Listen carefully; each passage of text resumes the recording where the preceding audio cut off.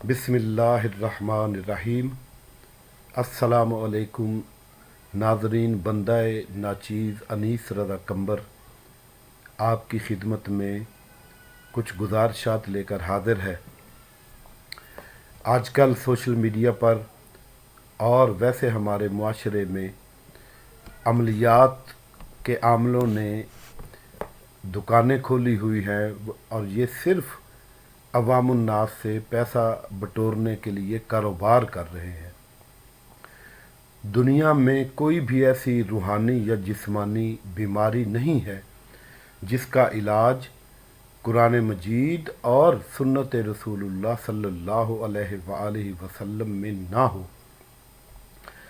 तमाम रूहानी सिलसिले हज़रत शेर खुदा अलीउल मुर्तज़ा अलैहिस्सलाम से हजूर नबी अकरम सल्लल्लाहु अलैहि वसल्लम तक पहुँचते हैं और उनके पास अल्लाह का दिया हुआ इल्म है। मैं आपकी खिदमत में हर बीमारी का इलाज कुरान मजीद से पेश करूँगा और इन दुकानदारों से जान छुड़ाने का बहुत ही आसान तरीका आपकी खिदमत में पेश करूँगा। किसी पर साया हो, आसेब हो या जादू टूना हो या कोई जिस्मानी बीमारी हो तो सबसे पहले मैं आपकी खिदमत में सूरह बकरा की 102 नंबर आयत में से उसका कुछ हिस्सा पेश करता हूँ, जिसमें अल्लाह ने जादू करने वालों का ज़िक्र करते हुए फरमाया है, वमा हुम बेज़ारीना बिही मिन अहदिन इल्लाह बिइज़्निल्लाह, कि कोई भी जादूगर या जादू करने वाला किसी एक शख्स को भी नुकसान नहीं पहुंचा सकता मगर सवाए इसके कि अल्लाह उसका इज़्न दे दे। जब तक अल्लाह इज़्न नहीं देता, हुक्म नहीं देता, इजाज़त नहीं देता, किसी पर जादू का कोई असर नहीं होता। तो अल्लाह इज़्न इसलिए देता है क्योंकि हम अल्लाह के ज़िक्र से गाफिल हैं, अल्लाह की याद को भुला चुके हैं। आप अल्लाह की पनाह में आ जाएं, अल्लाह ताला का ज़िक्र अपनी ज़ुबान और कल्ब से जारी रखें तो अल्लाह ताला आपको इनके शर से महफूज रखेगा।